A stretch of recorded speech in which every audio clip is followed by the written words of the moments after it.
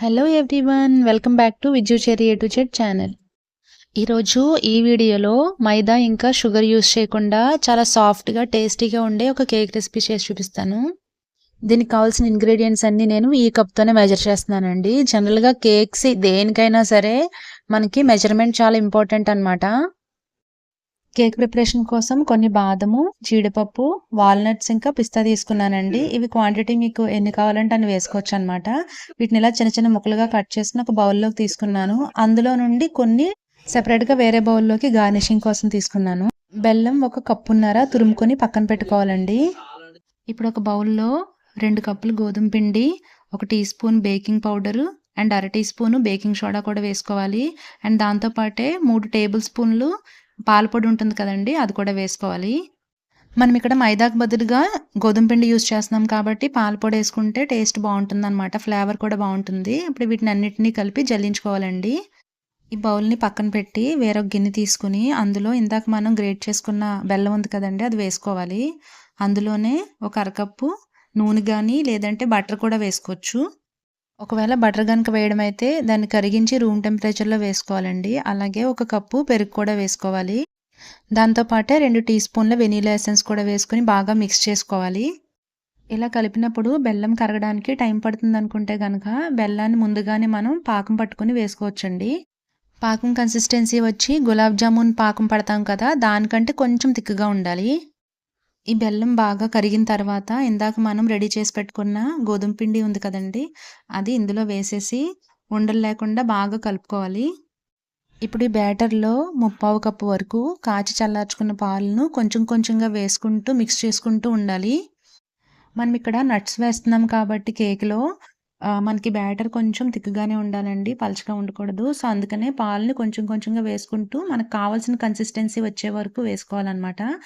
Batter ready అయిపోయిందండి. ఇప్పుడు ఇందాక మనం రెడీ చేసి పెట్టుకున్న నట్స్ ఉన్నాయి కదా, అందులో ఒక టీ స్పూను గోధుమ పిండి కానీ లేదంటే మైదా కానీ వేసుకుని ఒకసారి ఇలా అన్నీ మిక్స్ అయ్యేలాగా మిక్స్ చేసుకుని వాటిని మనం ఇందాక రెడీ చేసి పెట్టుకున్న బ్యాటర్లో వేసి మొత్తం బాగా మిక్స్ చేసుకోవాలండి.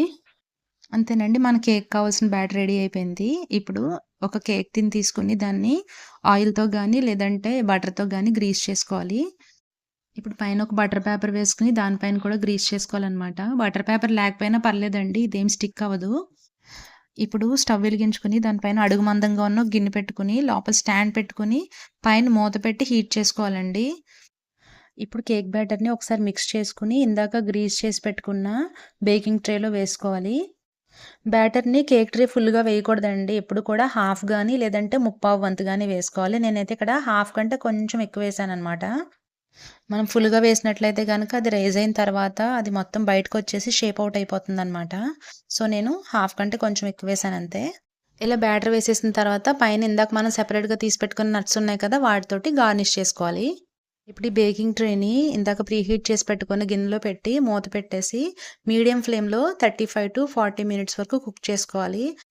ఇంకా కొంచెం బ్యాటర్ మిగిలింది కదండి, దాన్ని ఇలాగా ఒక స్టీల్ గిన్నెని గ్రీస్ చేసి దాంట్లోకి వేసేసుకున్నాను అనమాట. ఇంక ఇందులో బటర్ పేపర్ కూడా వేయలేదనమాట, వేయాల్సిన అవసరం లేదండి. దీన్ని కూడా ఒక 30 మినిట్స్ పాటు మీడియం ఫ్లేమ్లో బేక్ చేసుకోవాలన్నమాట. 35 మినిట్స్ తర్వాత ఓపెన్ చేసి చూస్తే ఇలా పొంగిందనమాట. ఇప్పుడు ఇది మనకి ఉడికిపోయిందో లేదో చెక్ చేసుకోవడం కోసం ఇలాగా ఒక టూత్ పిక్ని అందులో కనుక గుచ్చినట్లయితే ఆ టూత్ పిక్కి కనుక బ్యాటర్ ఏమీ అంటుకోలేదు అంటే కనుక మనకి రెడీ అయిపోయినట్టు అనమాట కేక్. ఇప్పుడు స్టవ్ ఆఫ్ చేసేసి ఆ ట్రే తీసి బయట పెట్టానండి. ఇది పూర్తిగా చల్లారనివ్వాలి. ఇది ఒకసారి చల్లారిన తర్వాత ఒక ప్లేట్లోకి ఇలాగా ఇన్వర్ట్ చేసినట్లయితే కనుక అది చాలా ఈజీగా డిమోల్డ్ అయిపోతుందన్నమాట. ఇప్పుడు పైనున్న బటర్ పేపర్ని కూడా రిమూవ్ చేసేయాలి.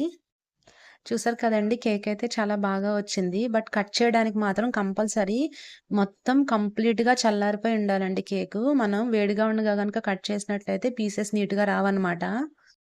ఈ కేక్ ప్రిపరేషన్లో మైదా కానీ వైట్ షుగర్ కానీ యూజ్ చేయలేదు కాబట్టి హెల్త్కి ఎటువంటి ప్రాబ్లం ఉండదన్నమాట. సో ఎవరైనా సరే ధైర్యంగా తినచ్చు.